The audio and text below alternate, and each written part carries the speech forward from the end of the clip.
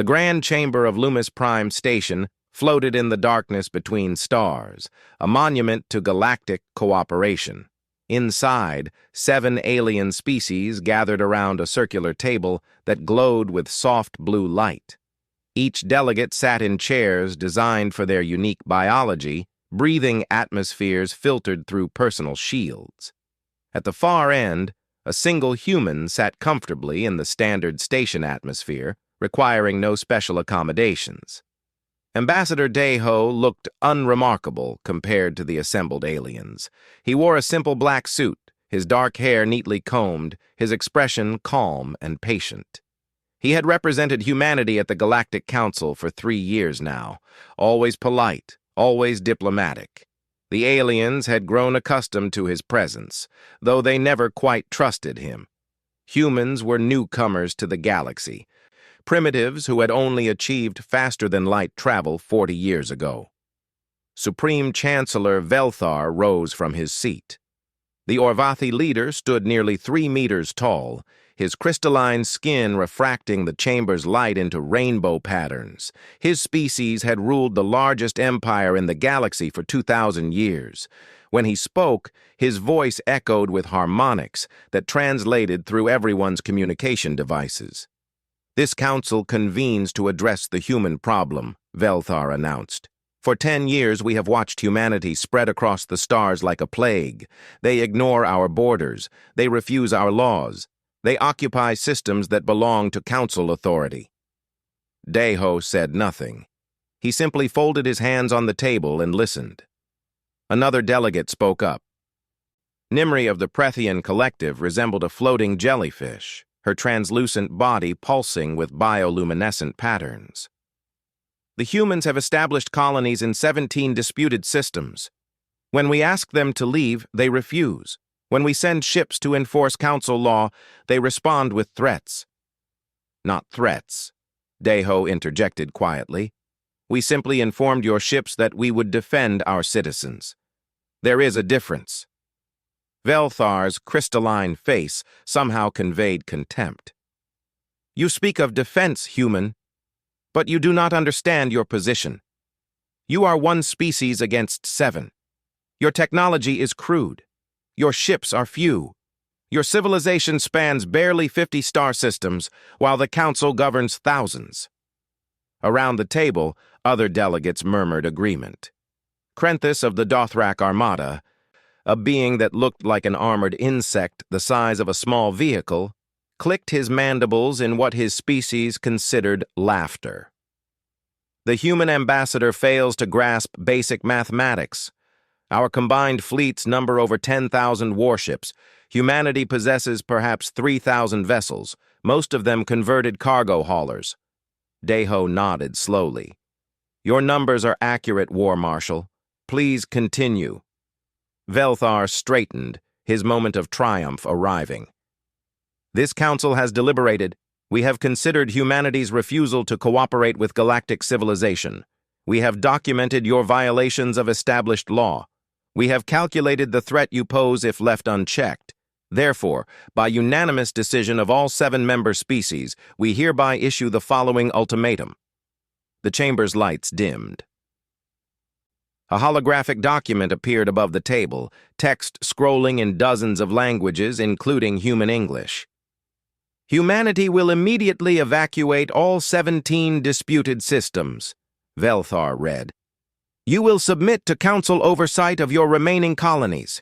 You will reduce your military to a defensive force of no more than 500 vessels. You will accept council observers on Earth and pay reparations for your violations of galactic law. You have 1 solar week to agree to these terms." Nimri's bioluminescence pulsed red. "If humanity refuses, the council will declare war. Our fleets will liberate the disputed systems by force.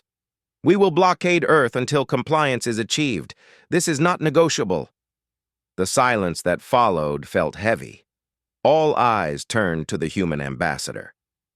This was the moment where Deho would realize his species' mistake, where he would understand that humanity had pushed too far, where fear would finally show on his primitive face. Instead, Deho started laughing. It began as a quiet chuckle, then grew into genuine laughter. He leaned back in his chair, shoulders shaking, one hand covering his mouth. The sound echoed strangely in the chamber designed for alien acoustics. Velthar's crystalline body darkened with anger.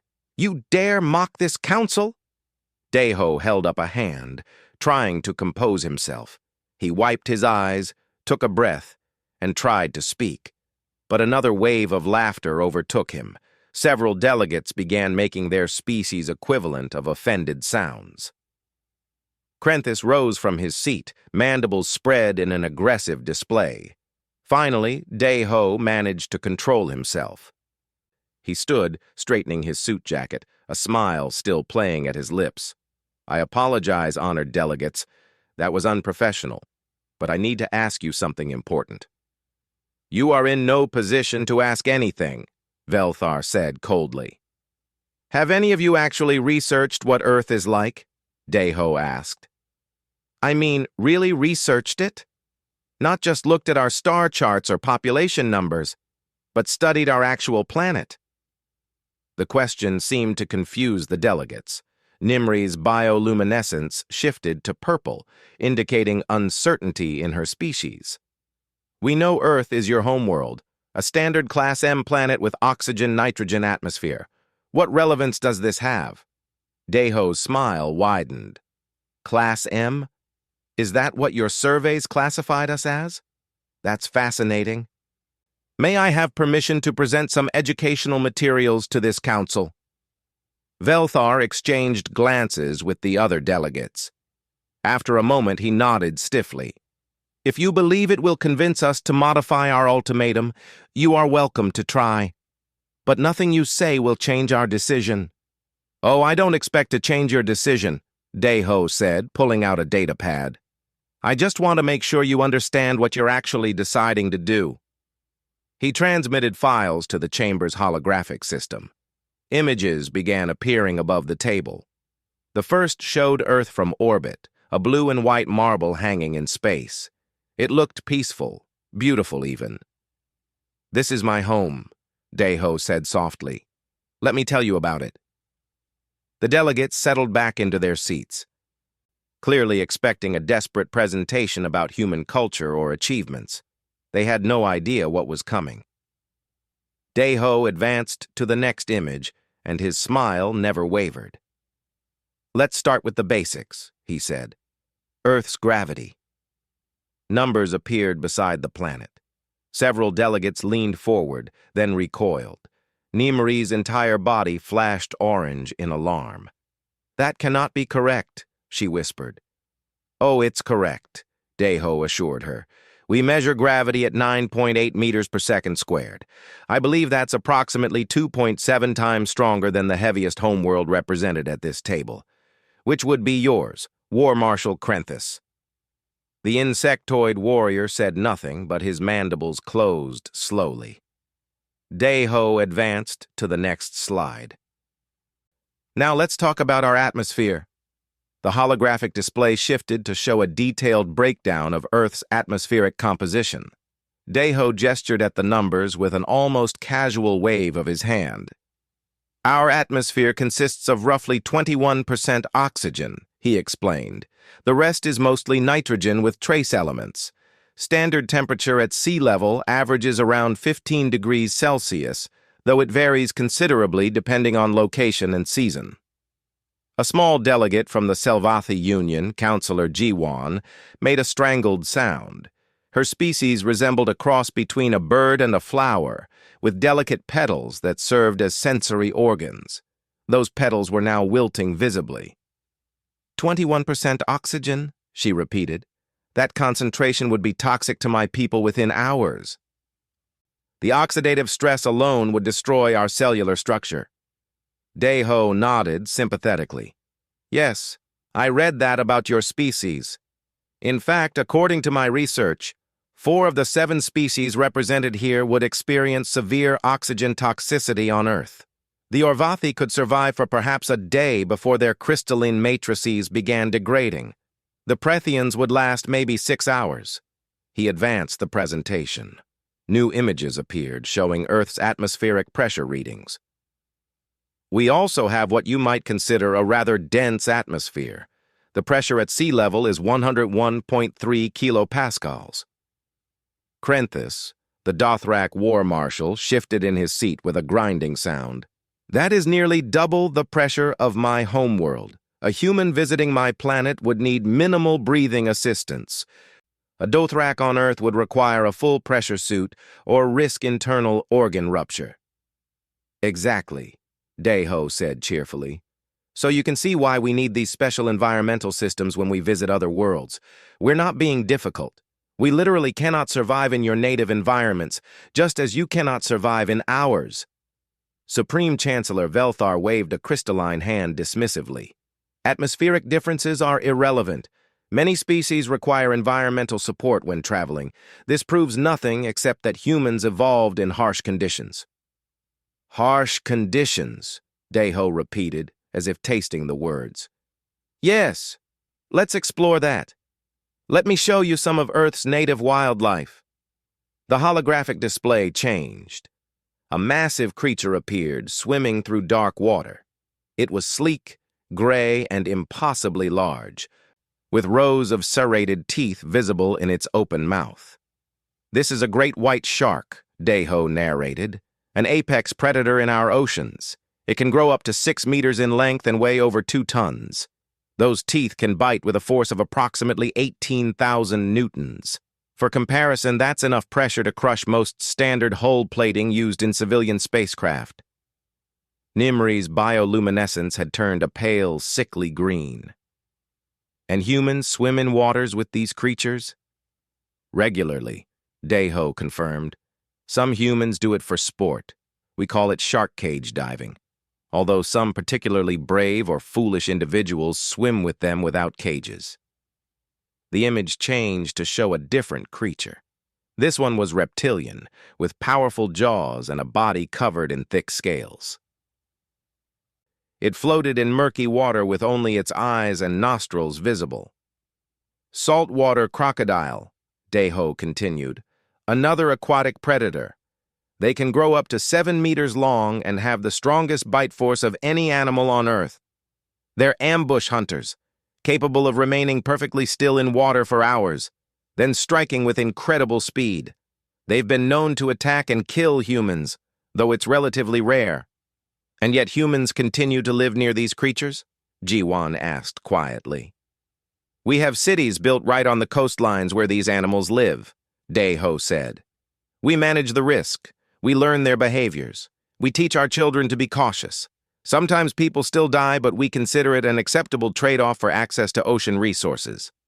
Velthar's crystalline face had lost some of its earlier confidence. These are just animals, unintelligent beasts. Surely your technology protects you from them. Deho smiled.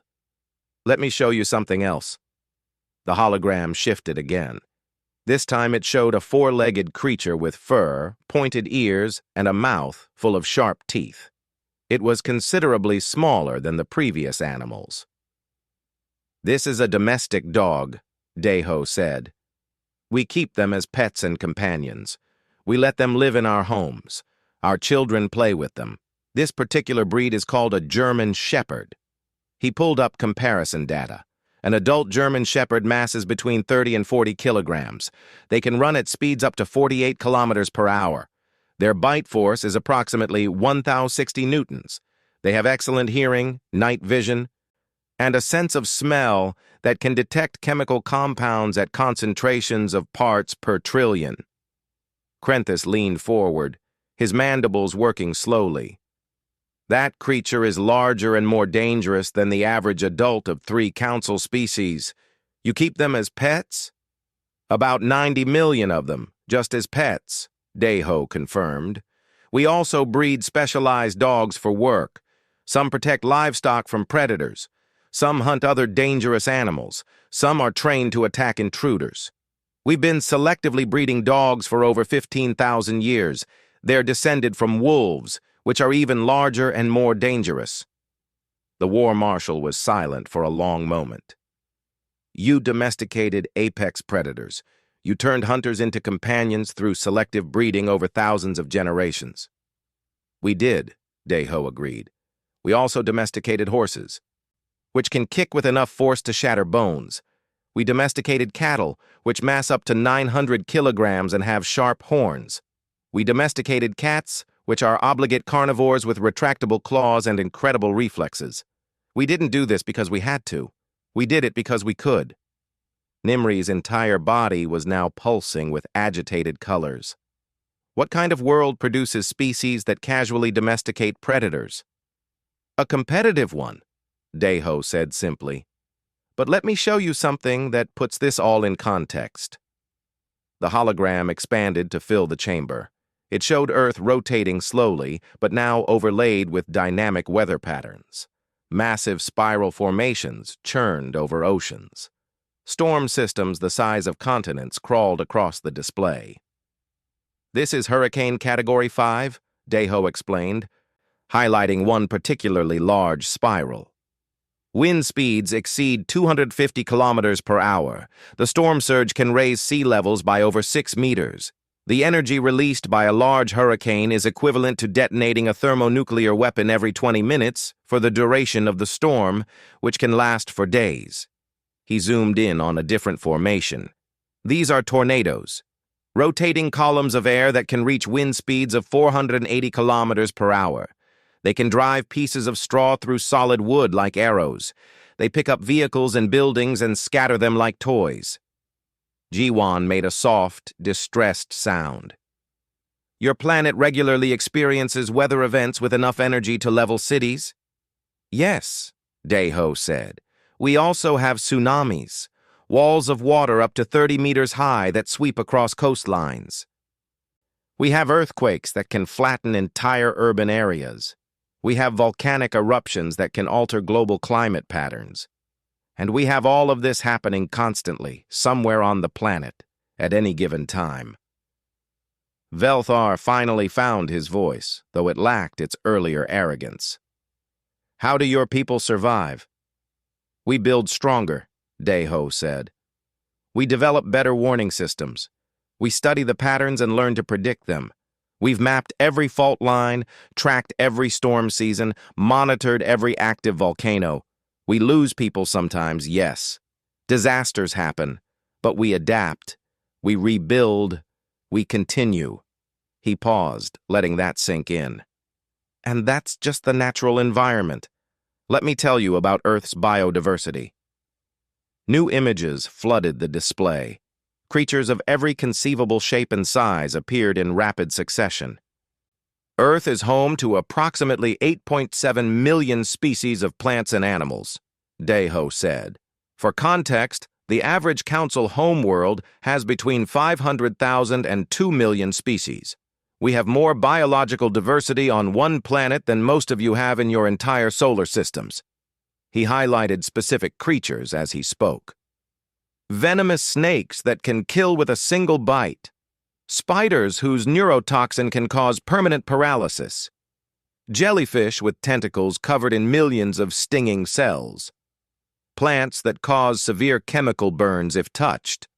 Fungi that can take control of insects' nervous systems and force them to spread spores. Bacteria that can eat through metal. Parasites that burrow into living tissue and reproduce inside their hosts. The display showed microscopic organisms now, magnified thousands of times. We have viruses and bacteria that have killed millions of humans throughout our history. Plagues that wiped out significant portions of our population. We fought these invisible enemies for thousands of years before we even knew they existed. Krenthis spoke quietly. Everything on your planet is trying to kill you. Not everything, Deho corrected. Just most things. The rest is usually trying to eat us, poison us, or infect us with parasites. The Galactic Council chamber remained silent after Deho finished his presentation.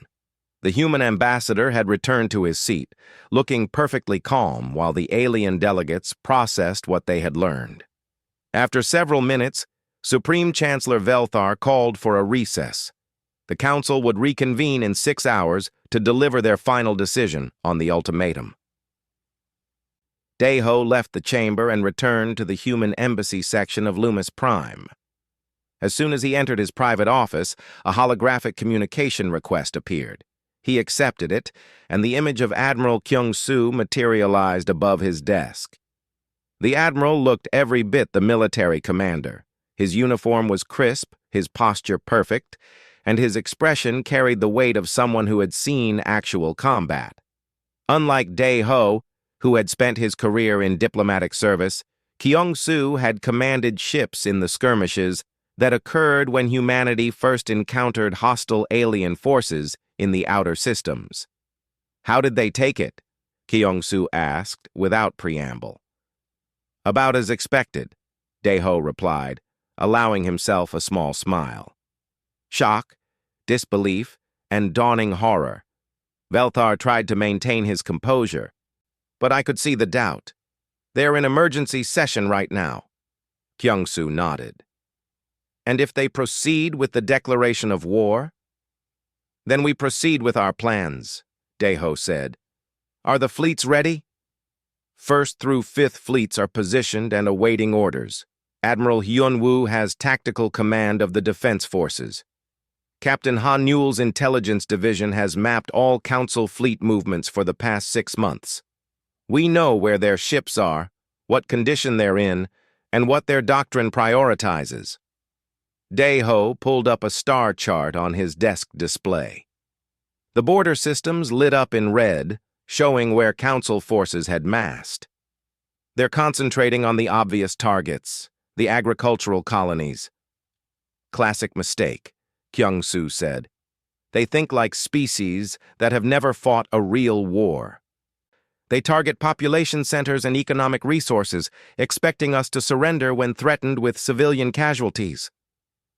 They don't understand that we'll fight harder when civilians are threatened, not less," Dae-ho agreed. He studied the map carefully.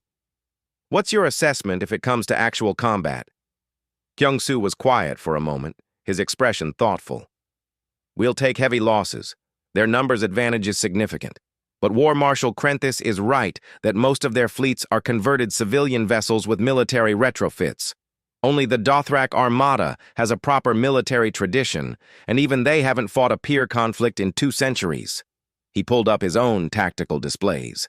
"Human doctrine is built around redundancy and damage control. Our ships are designed to keep fighting after taking hits that would cripple Council vessels. Every human crew trains for boarding actions, hard vacuum combat, and zero-gravity fighting. We don't retreat when shields fail. We don't surrender when life support goes down." Dae-ho remembered reading the reports from the early contact conflicts. Human ships had suffered catastrophic damage, but continued fighting.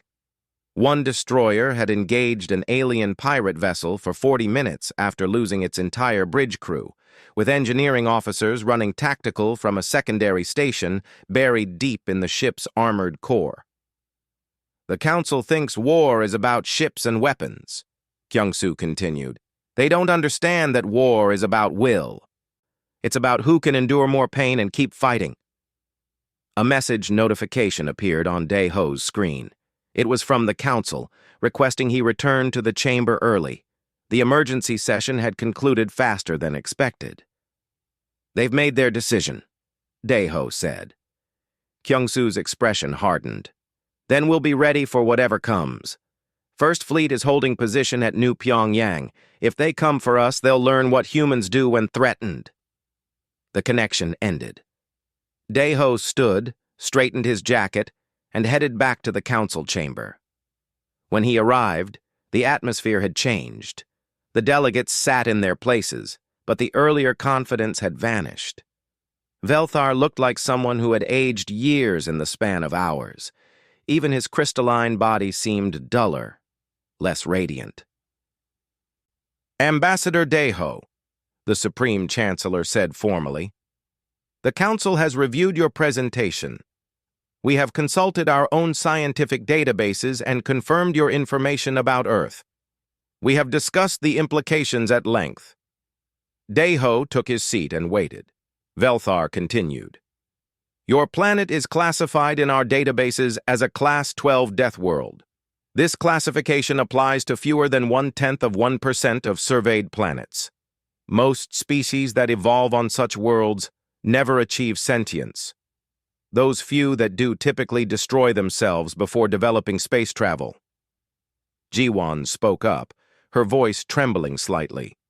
The fact that humans not only survived but thrived on such a world is unprecedented in council records. Our xenobiologists are calling it a statistical impossibility. And yet, here I am, Daeho said quietly. Krenthis leaned forward. I reviewed Earth's public military history files while we deliberated. Your species has been at war for its entire recorded history. Over 6,000 years of continuous conflict. Wars of conquest, wars of religion, wars over resources, wars over ideology. You fought with stone weapons, bronze weapons, iron weapons, gunpowder weapons, and finally, nuclear weapons. He paused, his mandibles clicking rapidly. My people have fought 3 minor conflicts in the past 200 years. Total casualties across all 3 wars amounted to approximately 14,000 Dothrak soldiers and civilians. Earth's Second World War alone killed over 70 million humans in 6 years. We've learned from our mistakes, Daeho said. We haven't had a global conflict in over a century. We've channeled that aggressive energy into exploration and development. Have you? Velthar asked. Or have you simply redirected it outward, toward the stars? Daeho didn't answer that question. Nimri's bioluminescence pulsed a deep blue, indicating resignation in her species. The Council must consider the implications of declaring war on a species that evolved under such conditions. Our military analysts have reviewed the likely outcomes. A junior analyst named Tai Min, a human who worked for the Council's research division, appeared via hologram. He looked uncomfortable, clearly aware he was about to deliver bad news to his employers. The comparative analysis is troubling, Tai Min said, displaying charts and graphs. Human military vessels incorporate redundant systems at a level we initially thought was inefficient. Life support has triple backups. Power systems can operate at 30% capacity and still maintain critical functions. Hull integrity is maintained through compartmentalization that allows ships to continue fighting even after losing entire sections. He pulled up footage of human Marines in training. Human ground forces train in environments that would be considered cruel by Council standards. They deliberately expose themselves to physical hardship, sleep deprivation, and extreme stress. This isn't punishment. It's standard training protocol. They learn to function effectively under conditions that would incapacitate Council troops. More data appeared. Human infantry armor is rated to withstand impacts from weapons that would destroy light vehicles. Their standard-issue weapons fire projectiles at velocities exceeding 3 times the speed of sound. They carry enough ammunition and supplies to operate independently for days without resupply. Velthar interrupted. We have reviewed this data. We acknowledge that humans are individually formidable, but the numerical advantage remains decisive. Our fleets outnumber theirs 3-1. Taemin looked even more uncomfortable. Supreme Chancellor, with respect, numerical advantage assumes both sides fight with similar tactics and doctrines. Human military history suggests they will not. He displayed historical battle data. Humans pioneered something they call asymmetric warfare. When faced with a superior force, they target supply lines, command structures, and logistics. They use guerrilla tactics, sabotage, and psychological operations. They don't fight fair because they learned that fair fights get you killed. Krenthis made a grinding sound that might have been a laugh or a growl. You're saying humans cheat in warfare. I'm saying humans win in warfare, Taemin corrected. By any means necessary. Despite the warnings and growing doubts, the Galactic Council proceeded with their declaration of war. Pride demanded it. 7 species representing thousands of worlds could not be seen backing down to a single primitive species. The vote was unanimous, though several delegates looked uncertain as they cast their approval. The Council gave humanity 48 hours to respond to the ultimatum before military action would commence. Deho transmitted the Council's decision to Earth and the colonial governments, then settled in to wait. He spent those 2 days in his quarters, reading poetry and listening to music, seemingly unconcerned about the impending conflict. When the deadline passed with no human surrender, the Council fleets moved into position.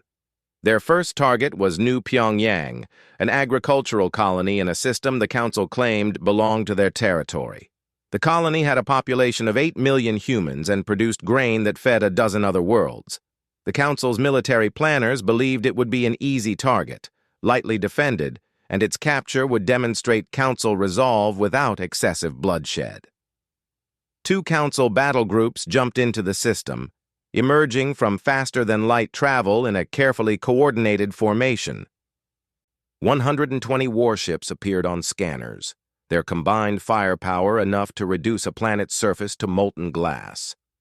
The battle groups consisted of Orvathi cruisers, Dothrak destroyers, and support vessels from 5 other Council species. It was an overwhelming display of military might. Waiting for them were 40 human ships under the command of Admiral Hyun-woo. The admiral stood on the bridge of his flagship, the battlecruiser Incheon, watching the tactical displays with calm intensity.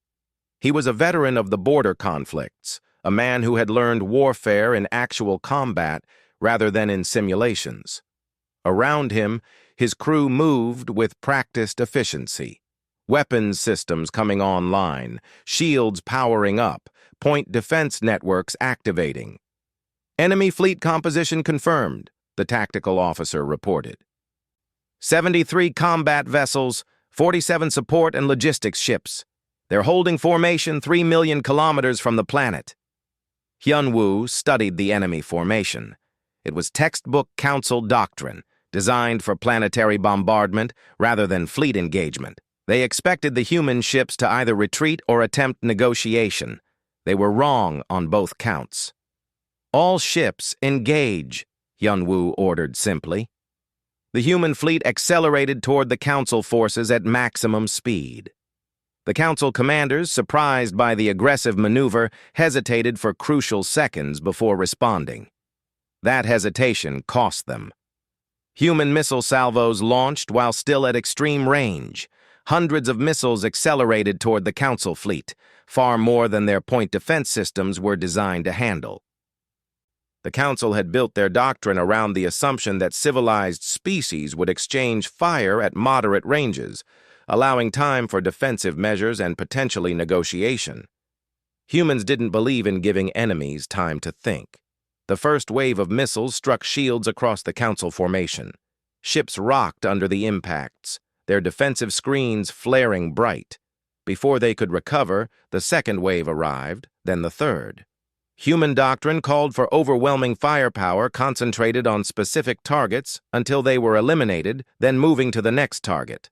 There was no spreading damage evenly across the enemy fleet. There was only systematic destruction.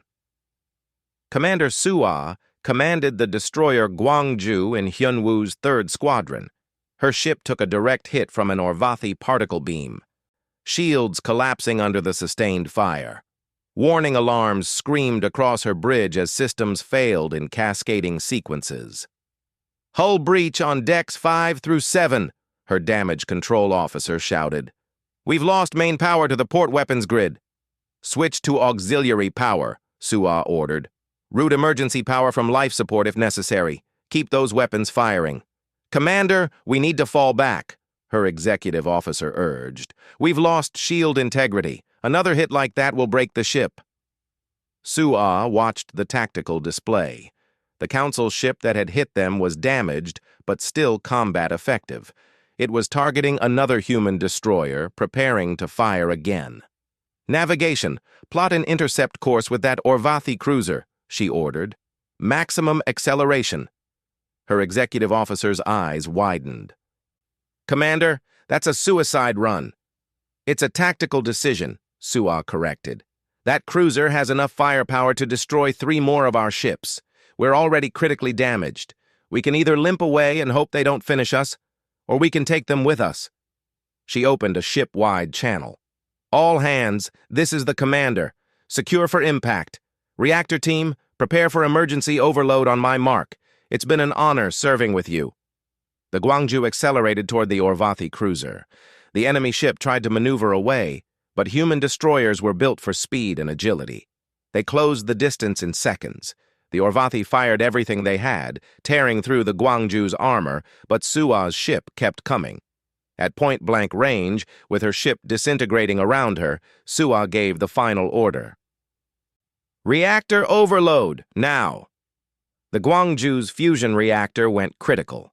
The explosion engulfed both ships, the energy release visible across the entire star system.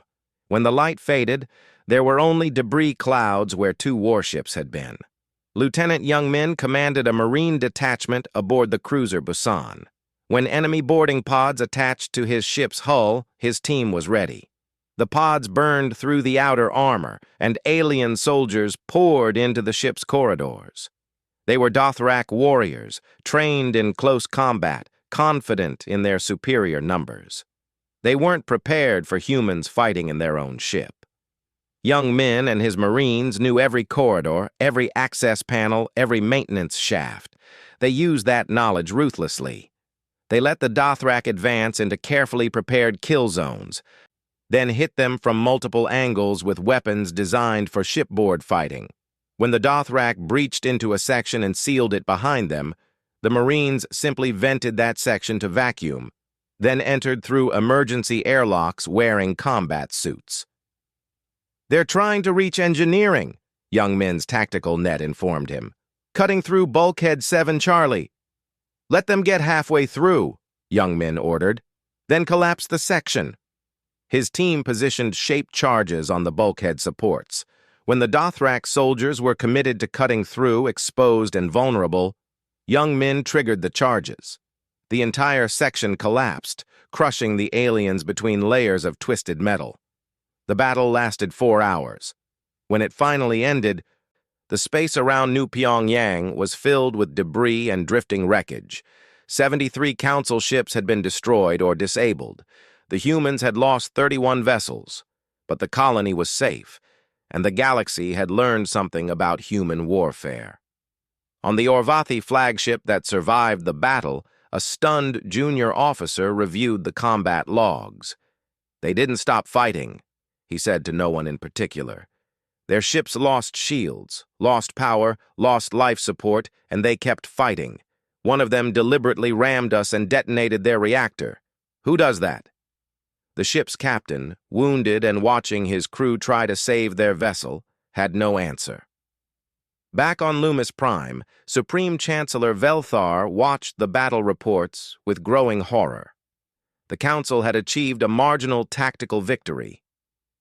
They had inflicted more losses than they suffered, but the strategic picture was far worse than he had imagined. "They only needed to delay us," War Marshal Krenthis said quietly.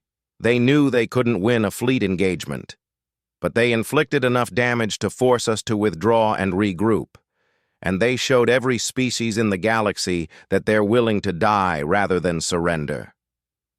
Velthar's crystalline body seemed to dim. "How many ships did we lose?" 48 destroyed, 25 damaged beyond immediate repair. 3 more are salvageable but will require months in dock. We inflicted 31 confirmed kills on the human fleet. So we killed 31 of their ships, and they killed 48 of ours, despite being outnumbered 3-1.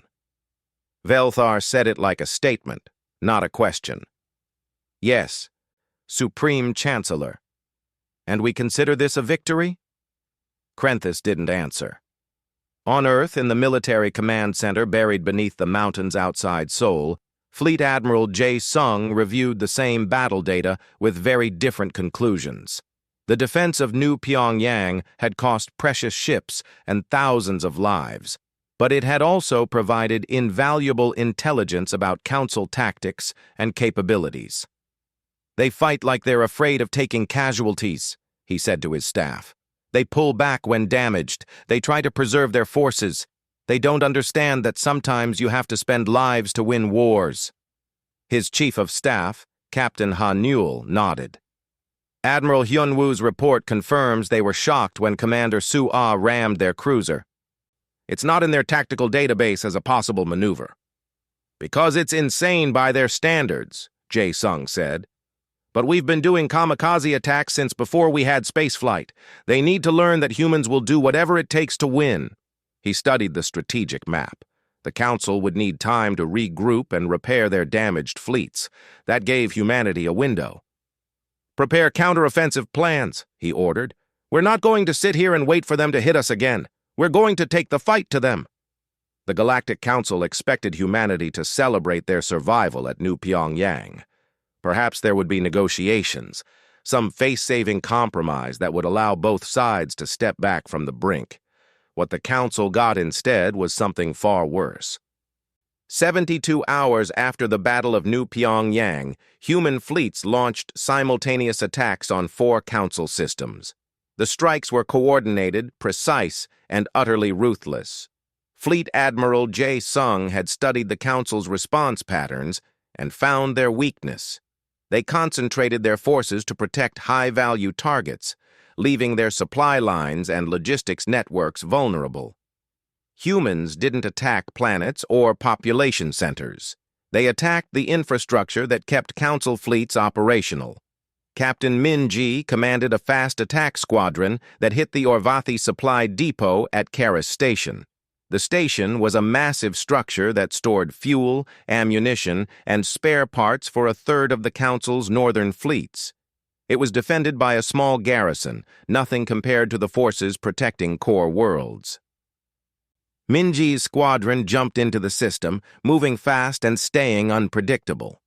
They dodged the station's defensive fire, launched their ordnance, and jumped out before reinforcements could arrive. The entire operation took less than 20 minutes. The damage took 3 months to repair. Without that depot, Council ships operating in 5 surrounding systems had to return to their homeworlds for resupply, effectively taking them out of the war effort. It's not about destroying everything, Minji explained in her after-action report. It's about making it too expensive for them to continue. Every ship they have to divert to guard supply lines is a ship that can't fight on the front lines. Every repair facility we damage forces them to spread their resources thinner. Commander Dong-hyun specialized in electronic warfare. He led a team that infiltrated Council communications networks and began a systematic campaign of psychological warfare. The Council species had evolved on peaceful worlds where conflict was rare. They weren't prepared for the kind of mental warfare humans had perfected over thousands of years. Dong-hyun's team broadcast recordings from the Battle of New Pyongyang, focusing on the most disturbing moments. They showed Commander Su-ah's deliberate ramming attack. They played intercepts of human Marines fighting in hard vacuum after their ship's life support failed. They spread stories, some true and some exaggerated, about human capabilities and determination. The goal isn't to scare their soldiers, Dong-hyun told his team. It's to scare their civilians. Every Council species has instant communication with their homeworlds. Every soldier can talk to their family in real time. When their families start demanding they come home, when their populations start protesting the war, that's when the Council will have to reconsider. And it worked. On the Prethian homeworld, Nimri's people began organizing peace demonstrations. The Prethians had never experienced war before joining the Council. The concept of sending their youth to die in space battles was horrifying to them. When videos of destroyed Council ships began circulating, showing Prethian casualties, the protests grew larger. The Selvathi Union faced similar unrest. Ji-won received daily reports of her people demanding withdrawal from the conflict. The Selvathi prided themselves on their culture and philosophy. War was supposed to be something other species engaged in, not something that touched their lives directly. On Loomis Prime, Ambassador Dae-ho continued his diplomatic duties as if nothing unusual was happening. He attended Council sessions, listened to angry speeches about human aggression, and calmly pointed out that the Council had declared war, not humanity. "We're simply responding to your ultimatum," he said during one particularly heated debate. You demanded we surrender our colonies and submit to your authority. We declined. You declared war. We defended ourselves. Now you're upset because we're not fighting the way you expected. Velthar slammed his crystalline appendage on the table. You're attacking civilian targets. Supply depots and communication stations are not legitimate military objectives. Actually, according to your own rules of civilized warfare, they are, Deho replied, pulling up the relevant documents. Article 7, Section 12 states that any facility supporting military operations is a valid target. Your supply depots support your fleets. Your communications networks coordinate your military actions. Everything we've hit is completely legal by your own laws. You're deliberately targeting systems that will cause maximum disruption with minimum casualties, Ji-Wan said. She sounded tired, her petals drooping. It's cruel. It's effective, Deho corrected, and far more humane than targeting population centers, which we could do but haven't. We're trying to convince you to stop fighting, not exterminate your species. Intelligence Officer Bo-Ra worked from a hidden facility on Earth, monitoring all Council communications she could access. Her team had cracked several of the Council's encryption protocols, giving them insight into strategic planning and internal debates. What she found alarmed her greatly.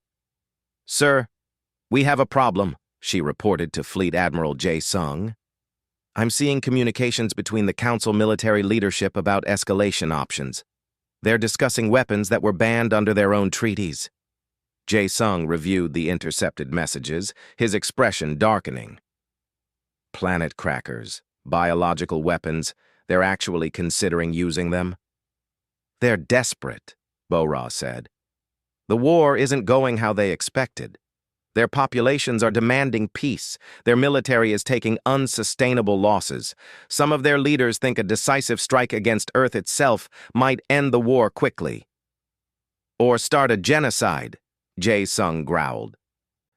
Get this information to Ambassador Deho immediately. If the Council is even thinking about using forbidden weapons, we need to make sure the entire galaxy knows about it. Deho received the intelligence within hours. He immediately called for an emergency council session, broadcasting the meeting openly to every species in the galaxy. When the delegates assembled, they found human security forces had already transmitted the intercepted communications to news networks across known space. Members of the Council, Deho began, his voice cold and formal. I have evidence that elements within your military command are discussing the use of weapons banned by the Treaty of Civilized Warfare, specifically planet-cracking munitions and biological agents designed for mass casualties. The chamber erupted in chaos. Several council members looked genuinely shocked. Others looked guilty. Velthar stood, his crystalline body flickering with agitated colors. Those were preliminary discussions only. No decisions were made. You had no right to intercept our private communications. You declared war on us, Deho said quietly. That gives us every right to gather intelligence on your military planning.